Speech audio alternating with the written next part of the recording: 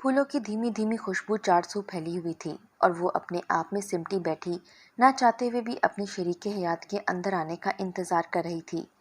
وہ شخص جس کو اس نے چند گھنٹے پہلے ہی قبول کیا تھا، خود کو پوری طرح اس کے سپرد کرنے کے لیے وہ خود کو کافی حد تک تیار کر چکی تھی، لیکن اس کا ماضی، ہائے وہ ماضی جو اس کے حال کا پیچھا چھوڑنے پر آمادہ نہ تھا۔ ایک نئی زندگی کے عین شروعات پر اس کا دماغ اسے ماضی میں دھکیلنے میں کامیاب ہو چکا تھا۔ کاش وہ آن لائن آ جائے، پلیز اللہ جی اس کو آن لائن لے آئیں، آج کے دن تجھ سے اور کچھ نہیں مانگوں گی۔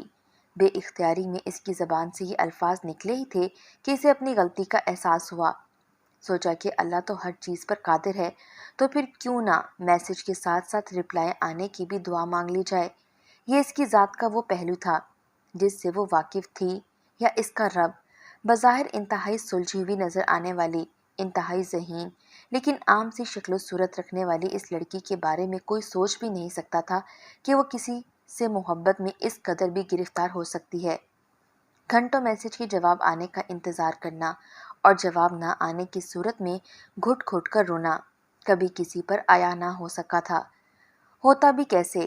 آخر ذہین بھی تو اتنی تھی، جانتی تھی کہ اس بات کی کسی کو بھی بھنک نہیں پڑنی چاہیے۔ اگر بھنک پڑ گئی تو ماں باپ کا سر ہمیشہ کے لیے جھک جائے گا، جو وہ کبھی برداشت نہیں کر سکتی تھی۔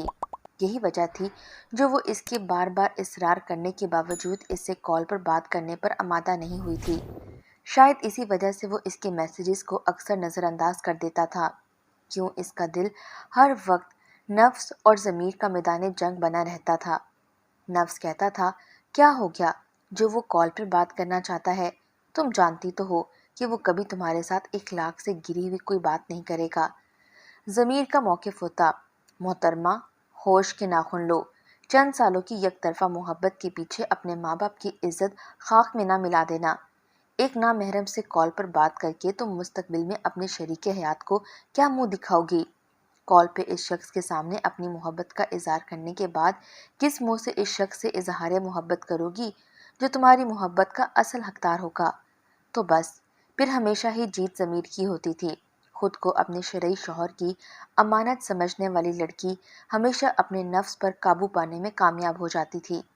اس کردار کی مضبوطی نے 6 سال بعد بھی اسے محبت میں بے باک نہیں ہونے دیا تھا۔ 2 دن قبل کیے گئے میسج کا جواب آ گیا تھا۔ اسکرین پر اس کا نام روشن ہوتے ساتھ ہی ہمیشہ کی طرح اسے اپنی قسمت روشن ہوتی معلوم ہوئی۔ ہزاروں خوش فہمیاں دل میں سجائے، میسج کھولا تو ہر لفظ اس کے دل کو ڈبوتا چلا گیا۔ وعلیکم السلام، میں تھوڑا مصروف تھا اس لیے جلد رپلائی نہ کر سکا۔ ویسے بھی تمہیں معلوم ہے مجھے میسج ٹائپ کرنا پسند نہیں، اس لیے جب بالکل فری ہوتا ہوں تو جواب لکھتا ہوں۔ خیر تم نے پوچھا تھا کہ میرا شادی کا کیا ارادہ ہے، تو فی الحال میں شادی نہیں کرنا چاہتا۔ تم سے کیا، کسی سے بھی نہیں کرنا چاہتا۔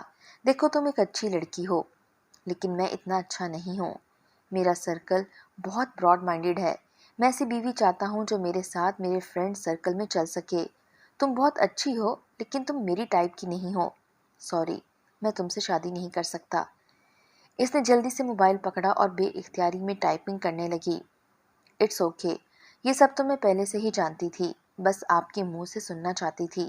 یہ آپ کی زندگی ہے، آپ جیسے بھی جس کے ساتھ بھی گزارنا چاہیں۔ میں کیا کہہ سکتی ہوں؟ اپنا خیال رکھیے گا، اللہ حافظ۔ میسج سینڈ کر دیا گیا۔ میسج میں جو کچھ لکھا تھا وہ اس انسان کی نظر میں اپنی رہی سہی عزت نفس بچانے کی خاطر لکھا تھا، کیونکہ وہ اس کے آگے گڑ گڑانا نہیں چاہتی تھی۔ وہ فیصلہ کر چکا تھا کہ اس کی خاطر وہ اپنا فیصلہ بدلنے والا نہیں تھا، تو بہتر تھا اس کو خوشی خوشی رخصت کیا جائے، جو اس نے کر دیا تھا۔ موبائل کو تکیے کے نیچے دیکھ کر وہ کچھ لمحے گمسم لیٹی رہی، دماغ بالکل سن ہو گیا تھا۔ وہ خاموشی سے لیٹی چھت کو تکتی رہی۔ رونے کے لیے بھی ہمت چاہیے ہوتی ہے جو وہ ابھی اکٹھی نہیں کر پا رہی تھی۔ دروازے کو بڑے ادب سے کھولا گیا تھا۔ اس نے فوراً لیکن بڑی احتیاط سے آنسو صاف کیے تاکہ میک اپ نہ خراب ہو جائے۔ دروازہ کھولنے والا اب اندر داخل ہو کر دروازہ بند کر رہا تھا اور وہ لمبی لمبی سانسیں لے کر خود کو نارمل کرنے لگی۔ وہ اب اس کے قریب آ کر بیٹھ گیا اور آہستہ سے سلام کیا۔ وعلیکم السلام، مہنور نے جواب دیا۔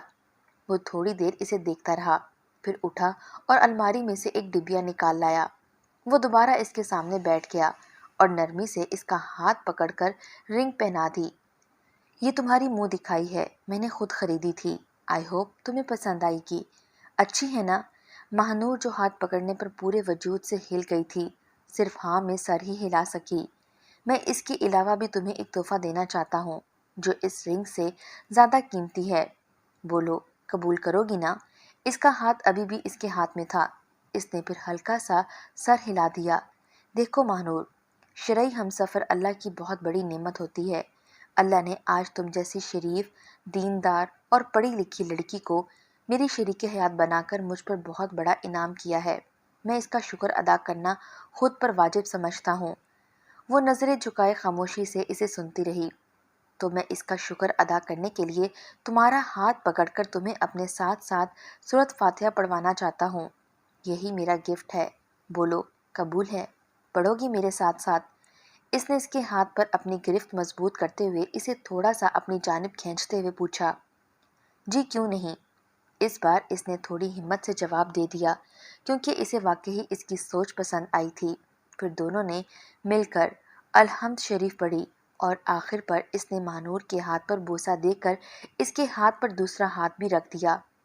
وہ ایک بار پھر روح تک ہل گئی۔ میں آج تمہیں اپنے بارے میں چند باتیں بتانا چاہتا ہوں جنہیں جاننا تمہارے لیے بہت ضروری ہے۔ دیکھو میں ایک سیدھا سادہ سا انسان ہوں۔ میں آج کل کے لڑکوں کی طرح برانڈڈ کپڑے نہیں پہنتا، لیکن جو بھی پہنتا ہوں اپنی کمائی اور حیثیت کے مطابق پہنتا ہوں۔ میرے دوست بہت گنے چنے سے ہیں اور میں ان کے ساتھ ہی خوش رہتا ہوں۔ میرا کوئی دوست سگریٹ نہیں پیتا، پان نہیں کھاتا، نہ میرے اندر ایسی کوئی عادت ہے۔ میں بہت عبادت گزار نہیں ہوں، پر میں کسی کو دھوکہ بھی نہیں دیتا، نہ تمہیں کبھی دھوکہ دوں گا۔ بس غصہ تھوڑا زیادہ آتا ہے مگر جلد ہی اتر جاتا ہے۔ بس ان سب کے علاوہ نہ میرے اندر کوئی خوبی ہے نہ خامی، بولو قبول ہوں؟ اب وہ معنی خیز نظروں سے اسے دیکھ رہا تھا۔ جی قبول ہیں، اس نے ہونٹوں پر ہلکی سی مسکراہٹ سجائے جواب دیا۔ اس کی باتیں، اس کا انداز، سادہ لیکن کھرا لہجہ اسے بہت اچھا لگا تھا۔ تمہیں کچھ چاہیے تو نہیں؟ چائے، یا اگر بھوک لگی ہو تو بھابھی سے کہہ کر کھانا منگوا دیتا ہوں۔ آئی نو تم نے اسٹیج پر ٹھیک سے کچھ کھایا نہیں تھا، وہ انتہائی اپنائیت سے پوچھ رہا تھا۔ وہ حیرانگی سے اس کی طرف دیکھنے لگی کیونکہ کھانا کھاتے وقت تو وہ اپنی بہن کو تنگ کرنے میں مصروف تھا جس نے اپنی پلیٹ سلاد سے بھر لی تھی۔ اسے اندازہ نہیں تھا کہ وہ اسے بھی نوٹ کر رہا تھا۔ تھوڑی دیر کے توقف کے بعد اس نے دوبارہ پوچھا، کچھ کھانا ہے تو بتا دو، کھانے پینے کے معاملے میں شرماتے نہیں ہوتے۔ میں تو بالکل بھی نہیں شرماتا۔ وہ ہنستے ہوئے ایسے بات کر رہا تھا جیسے اسے برسوں سے جانتا ہو۔ مہنور کو وہ بہت اپنا اپنا سا لگا۔ نہیں صرف چائے، اس نے ہلکی سی مسکراہٹ کے ساتھ جواب دیا۔ اوکے میں بھابھی سے چائے کا کہہ دیتا ہوں۔ میرا ایک دوست کینیڈا سے آیا تھا خاص ہماری شادی اٹینڈ کرنے۔ اف یو ڈونٹ مائنڈ، اسے ایئرپورٹ ڈراپ کرنا ہے۔ اب وہ کھڑا ہو کر اجازت طلب نظروں سے اسے دیکھ رہا تھا۔ اوکے دھیان سے جائیے گا، اس نے جواب دیا۔ اوکے باس، جلدی واپس آ جاؤں گا، تب تک ریسٹ کر لو، لیکن پلیز سو نہ جانا، تمہارے لیے چائے بھجواتا ہوں۔ وہ شرارتی انداز میں کہتا ہوا باہر نکل گیا۔ اس نے بیڈ کے ساتھ ٹیک لگا کر آنکھیں موند لیں۔ رافع کے ساتھ گزارے گئے یہ چند لمحات اس کے دل سے شادی کے حوالے سے پیدا ہونے والے بہت سے خدشات کو دور کر گئے تھے۔ بلا شبہ وہ ایک سادی طبیعت کا انسان تھا، ایسا انسان جو اس جیسی لڑکی کے لیے بالکل پرفیکٹ تھا۔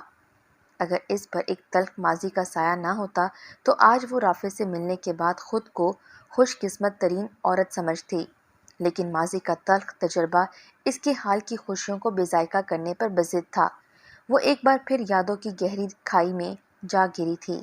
اس نے تکیے کے نیچے سے موبائل نکالا اور دوبارہ میسج پڑھنے لگی۔ اس کی ہر لفظ اسے اپنی ہی نظر میں بے وقت کرتا گیا۔ اسے ایک ایسی چیز پر ریجیکٹ کیا گیا تھا جسے وہ اپنی ذات کا خاصہ سمجھتی تھی۔ وہ کبھی بھی ماڈرن بننے کی خواہش میں مبتلا نہیں ہوئی تھی۔ اس نے کبھی اپنی ظاہری حالت سنوارنے کے لیے وہ سب نہیں کیا تھا جو عام طور پر لڑکیاں کرتی تھیں۔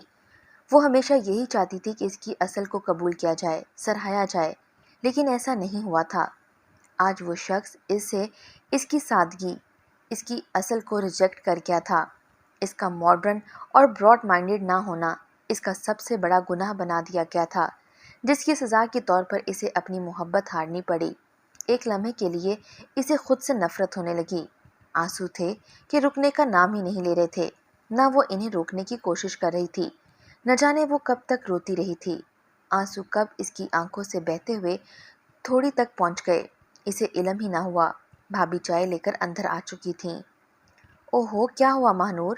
تم رو کیوں رہی ہو؟ کیا ہوا؟ وہ اس کے اس طرح سے روتے دیکھ کر واقعی پریشان ہو گئی تھیں۔ جلدی سے چائے سائڈ ٹیبل پر رکھ کر اس کے پاس آ کر بیٹھ گئیں۔ کیا ہوا مہانور؟ گھر والوں کو مس کر رہی ہوں، یا رافع نے کچھ کہا ہے؟ وہ خود سے اندازے لگانے لگی۔ نہیں، ایسا کچھ نہیں، بس رخصتی کے وقت سب لوگ رو رہے تھے، وہ یاد کر کے آنکھیں بھر آئیں۔ اس نے موقع کی مناسبت سے بالکل پرفیکٹ جھوٹ بولا تھا، جو بھابھی کو مطمئن کرنے کے لیے کافی تھا۔ وہ اسے حوصلہ دینے لگیں اور چائے پینے تک اس کے پاس بیٹھیں ادھر ادھر کی باتیں کرنے لگیں۔ بس کریں بھائی، میری بیوی کے کان بھرنے کا کوئی فائدہ نہیں، میں پہلے ہی اسے اپنی پارٹی میں شامل کر چکا ہوں۔ کیوں مہانور؟ وہ اندر آتے ہی دونوں سے مخاطب ہوا۔ ہاں کیوں نہیں، کر لو بھائی اسے اپنی پارٹی میں شامل، تمہارے ہی لیے تو ڈھونڈ کر لائے ہیں، ہمیشہ خوش رہو۔ وہ رافع کے کندھے پر ہلکی سی تھپکی لگاتی ہوئی باہر چلی گئی۔ وہ دروازہ بند کر کے اس کے پاس آ کر بیٹھ گیا۔ وہ اس کے سامنے بیٹھا مسلسل اسے دیکھ رہا تھا۔ مہانور کی بے چینی بڑھتی جا رہی تھی۔ رافع اس کی حالت سے لطف اندوز ہو رہا تھا اور زیر لب مسکرا رہا تھا۔ پھر شاید اسے اس کی حالت پر رحم آ گیا۔ وہ اٹھا اور تکیے کے ساتھ ٹیک لگا کر اس کے برابر میں نیم دراز ہو گیا۔ میرا خیال ہے اب تم چینج کر کے ایزی ہو جاؤ، کافی تھک چکی ہوگی۔ وہ اپنے آرٹیفیشل ناخنوں کو دیکھتی رہی۔ کیا بات ہے، اتنی اداس کیوں ہو؟ میں پسند نہیں آیا کیا؟ وہ رافع کی طرف سے ایسے سوال کی امید نہیں کر رہی تھی۔ فوراً گھبرا کر کہنے لگی، اور اس کے چہرے کے تاثرات نے اسے ایسا سوچنے پر مجبور تو نہیں کر دیا؟ وہ ہونٹوں پہ مسکراہٹ دبائے اسے دیکھ رہا تھا۔ مہانور کو اندازہ ہو گیا کہ یہ مذاق تھا۔ نہیں، ایسا نہیں ہے، مجھے یہ ناخن اریٹیٹ کر رہے ہیں۔ اس نے بہرحال وضاحت دینا ضروری سمجھا۔ اوہ، تو یہ تمہارے اصل ناخن نہیں ہیں؟ شکر ہے، میں تو سمجھا تھا تم سے ڈر کر رہنا پڑے گا، اس نے خوف زدہ ہونے کی ایکٹنگ کرتے ہوئے کہا۔ مہانور نے اسے سوالیہ نظروں سے دیکھا۔ یار مذاق کر رہا ہوں، آؤ اتاریں انہیں۔ وہ ٹیک چھوڑ کر اس کی طرف رک کر کے بیٹھ گیا۔ نہیں اتر سکتے نا، مہانور نے بے بسی سے کہا۔ لاؤ میں کوشش کرتا ہوں۔ اس نے اس کا ہاتھ پکڑ کر انگوٹھے کا ناخن اوپر اٹھانا چاہا تو مہانور نے سی کی آواز کے ساتھ ہاتھ کھینچ لیا۔ ایسے نہیں اتریں گے، وہ اس کی آنکھوں میں آنکھیں ڈال کر کہہ رہی تھی۔ تو پھر کیسے اتریں گے؟ اس نے بھی اس کی آنکھوں میں دیکھتے ہوئے کہا۔ گرم پانی سے اتریں گے، مہانور نے تھوڑا سنبھلتے ہوئے جواب دیا۔ اس وقت تو سب سو چکے ہوں گے، رکو میں گرم پانی لاتا ہوں، تم اتنی دیر چینج کر لو۔ وہ یہ کہتا ہوا باہر نکل گیا۔ مہانور نے جویلری اتاری اور چینج کرنے چلی گئی۔ واپس آ کر الماری میں لہنگا سمیٹ کر رکھنے لگی تھی کہ زور سے برتن گرنے کی آواز آئی۔ اس نے چونک کر پیچھے دیکھا۔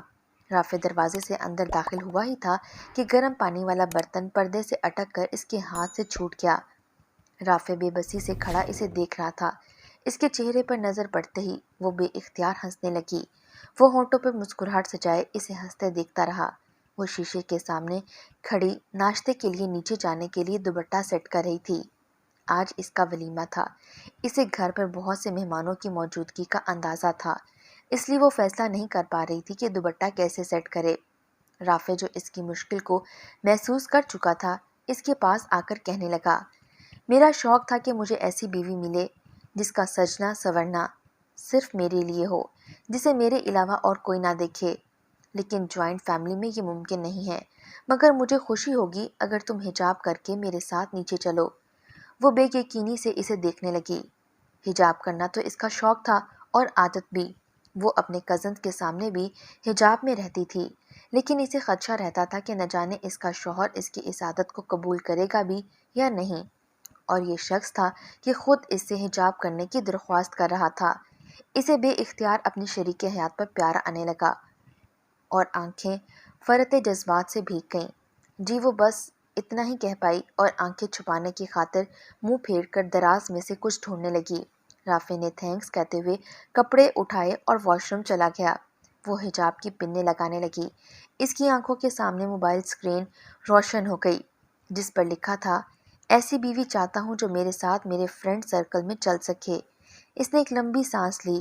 اطمینان کی ایک ہلکی سی لہر اس کی روح تک اتر گئی۔ آج اس کی شادی کو ایک ہفتہ ہو چکا تھا۔ سامان کے 2 سوٹ کیس کھولنے والے رہ گئے تھے۔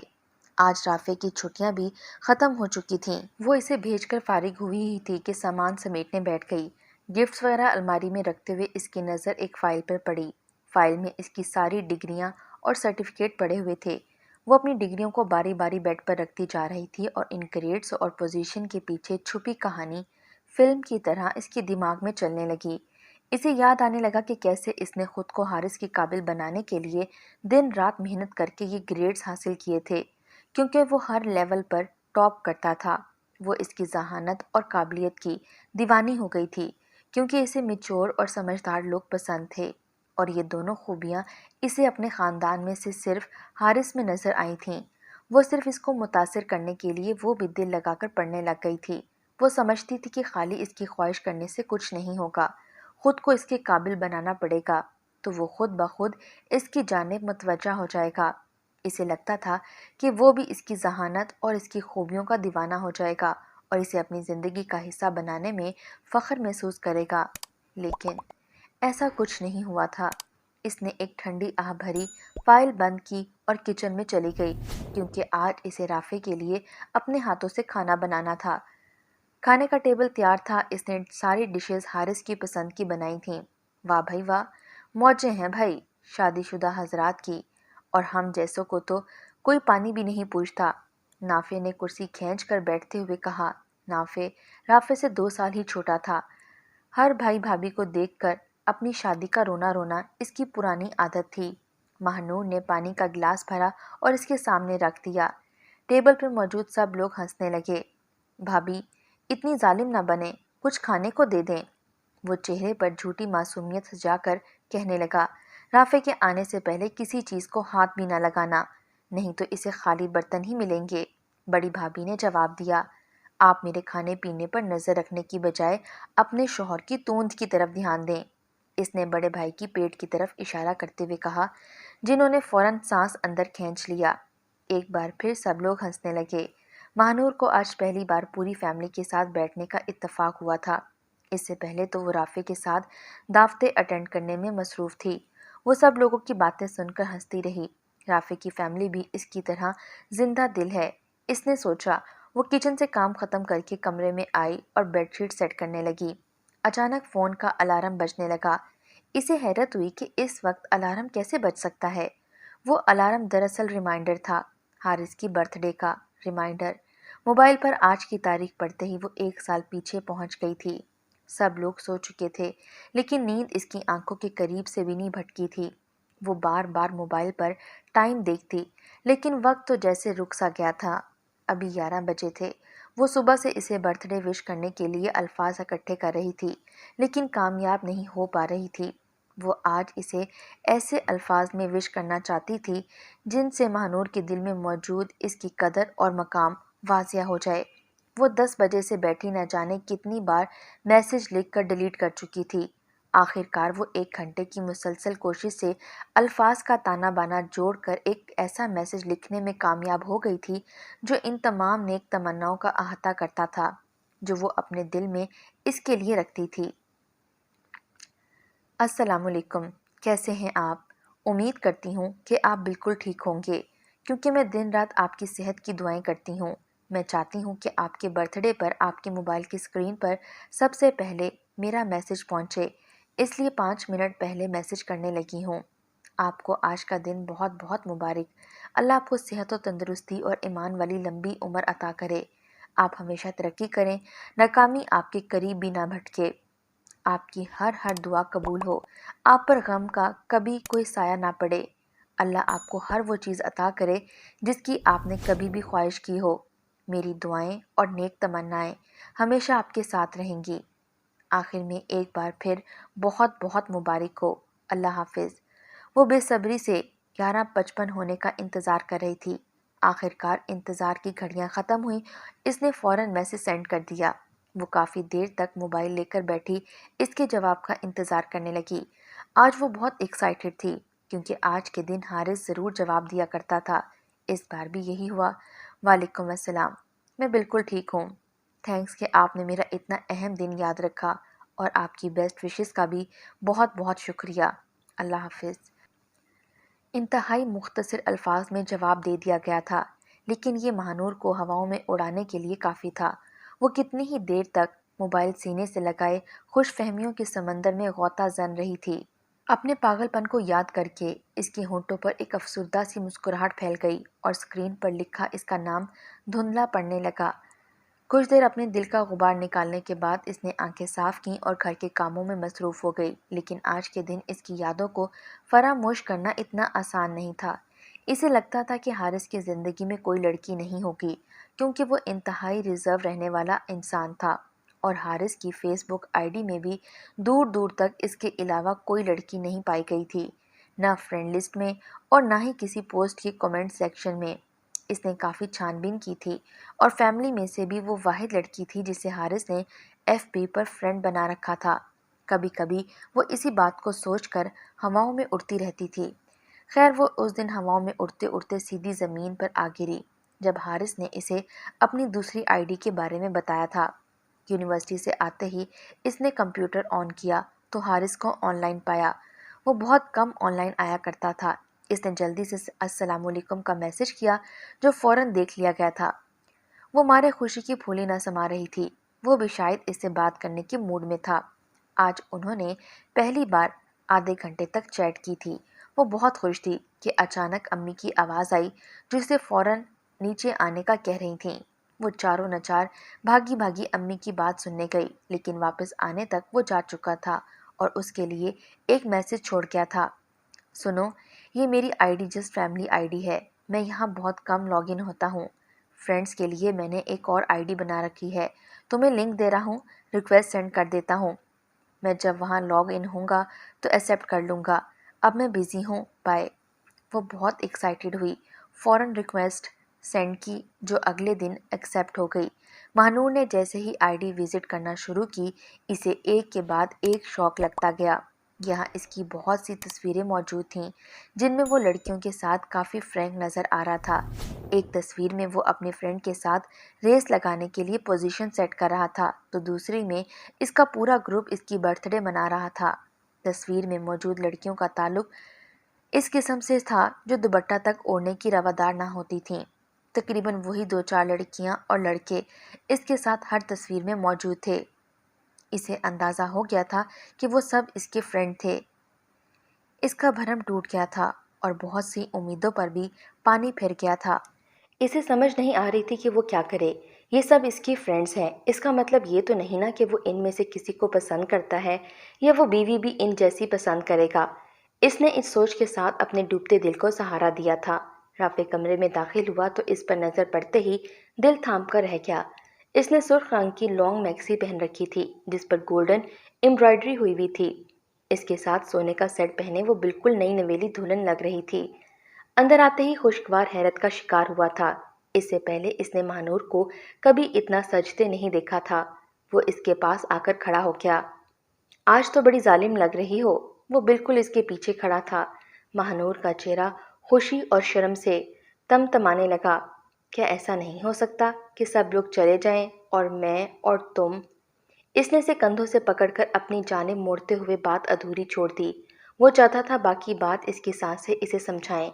وہ کندھوں سے پکڑے اسے آہستہ سے اپنے قریب کر رہا تھا کہ بھابھی نے دروازہ نوک کر دیا۔ آ جائیں بھابھی، مہانور نے خود کو اس کی گرفت سے آزاد کرواتے ہوئے کہا، اور ایک شرارتی سی مسکراہٹ اس کے چہرے پر پھیل گئی۔ ہو گئی تیار؟ واہ، تمہارا ڈریس کتنا خوبصورت لگ رہا ہے۔ بھابھی بھی اندر آتے ہی تعریف کیے بغیر نہ رہ سکیں۔ تھینک یو بھابھی، آپ بھی بہت اچھی لگ رہی ہیں، اسپیشلی آپ کا ہیئر اسٹائل۔ اس نے مسکراتے ہوئے جواب دیا اور حجاب کرنے لگی۔ یار مہانور، آج تو نہ کرو، بھابھی نے خفگی سے کہا۔ کیا نہ کروں بھابھی؟ اس نے حیرت سے پوچھا۔ رافع جو امیدوں پر پانی پھرنے کے بعد بیڈ پر ڈھیر ہو گیا تھا، ان دونوں کی طرف متوجہ ہو گیا۔ میں حجاب کی بات کر رہی ہوں ڈیئر۔ آج شادی کے بعد تم پہلی بار ہماری فیملی میں کسی شادی پر جا رہی ہو اور میرا خیال ہے کم از کم آج کے دن تمہیں حجاب نہیں کرنا چاہیے۔ ہماری فیملی کی لڑکیاں بہت ماڈرن ہیں۔ وہ تو بھابھی کی بات ابھی جاری تھی کہ رافع اٹھ کر بیٹھ گیا اور ان کی بات کاٹ کر کہنے لگا، بھابھی، ہماری فیملی کی لڑکیاں جو مرضی کرتی ہوں، مہنور صرف وہ کرے گی جو مجھے پسند ہو اور جس میں وہ خود کمفرٹیبل ہو، اور اس کا حجاب کرنا ہم دونوں کا مشترکہ فیصلہ ہے۔ میرا خیال ہے اسے کسی کو کوئی ایشو نہیں ہونا چاہیے۔ وہ اپنی روایتی دو ٹوک انداز میں بات کر رہا تھا۔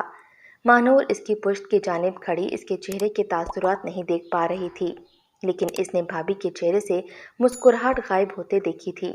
دیکھیں بھابھی، آپ جانتی ہیں مجھے فیشنیبل لڑکیاں نہیں پسند۔ اگر پسند ہوتی تو میں فیملی سے باہر شادی کروانے کی ضد نہ کرتا۔ آپ تو سب جانتی ہیں نا۔ اس بار وہ قدرے نرم لہجے میں بات کر رہا تھا۔ ٹھیک ہے، تم فکر نہ کرو، مہنور جیسے بھی گیٹ اپ میں جانا چاہتی ہے چلی جائے، کوئی اسے کچھ نہیں کہے گا، میں اس کے ساتھ ہی ہوں گی۔ وہ اس کے پوائنٹ کو سمجھ چکی تھیں اور اب اسے تسلی دے رہی تھیں۔ مہنور نے اس ساری گفتگو میں خاموش رہنا ہی مناسب سمجھا تھا۔ شادی میں بہت سے لوگوں نے اسے عجیب سی نظروں سے دیکھا تھا، لیکن بھابھی کی باروب شخصیت کے سامنے کچھ کہنے کی ہمت نہیں کی تھی۔ وہ تقریباً پورے فنکشن میں اس کے ساتھ ہی رہی تھیں۔ وہ رات کو تھوڑا لیٹ واپس آئے تھے۔ اس نے آتے ہی چینج کیا اور خاموشی سے رافع کے پہلو میں آ کر لیٹ گئی۔ کیا ہوا؟ کسی نے کچھ کہا ہے؟ رافع نے موبائل چارجنگ پر لگاتے ہوئے پوچھا۔ نہیں، کچھ بھی نہیں، اس نے مختصر سا جواب دیا۔ تو پھر اس خاموشی کی وجہ؟ اب وہ بھی موبائل رکھ کر لیٹ چکا تھا۔ کچھ نہیں، بس ایسے ہی کچھ سوچ رہی تھی۔ کیا سوچ رہی تھی جانے من؟ وہ اکیلے میں ہمیشہ اسے ایسے ہی پکارتا تھا۔ بتانا ضروری ہے کیا؟ انتہائی ضروری ہے۔ اب اس نے اپنا بازو اس کے سر کے پاس کر دیا اور مہنور اس پر سر رکھ کر تھوڑا اور اس کے قریب کھسک گئی۔ میں سوچ رہی تھی کہ آپ کی فیملی میں لڑکیاں تو بہت خوبصورت ہیں۔ تھوڑے توقف کے بعد اس نے خود ہی بات شروع کر دی۔ ہاں ہیں تو، اس نے لاپرواہی سے جواب دیا۔ تو آپ نے ان میں سے کسی سے شادی کیوں نہیں کی؟ مجھ سے ہی کیوں کی؟ آخر کار وہ اصل مدعے پر آ گئی۔ رافع نے ہلکا سا کہکا لگایا۔ وہ تھوڑے غصے سے اسے دیکھنے لگی۔ یار یہ کیسا سوال ہے؟ اس نے پوچھا۔ یہ بہت اہم سوال ہے، مہنور نے جواب دیا۔ بتاتا ہوں جانے من۔ یہ کہتے ہوئے اس نے اپنا بازو اس کے گرد حائل کر دیا۔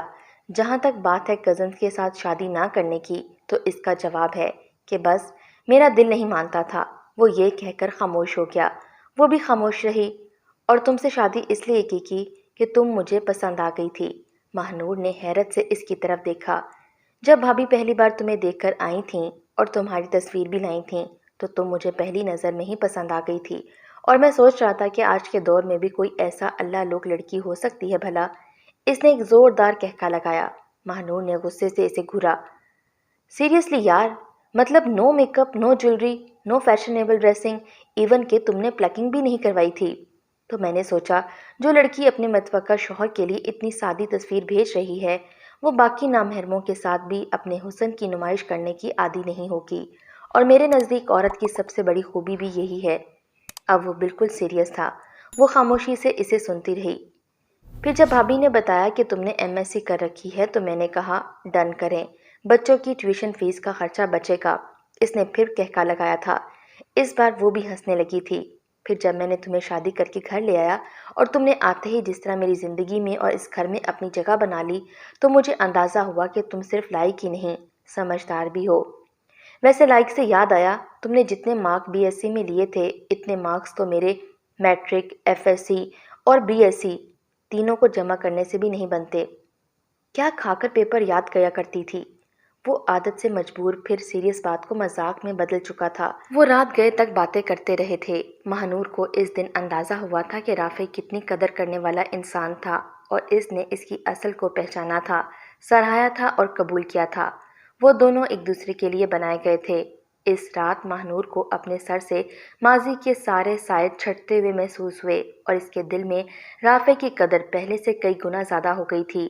اگلی صبح کام سے فارغ ہو کر وہ کمرے میں آ گئی۔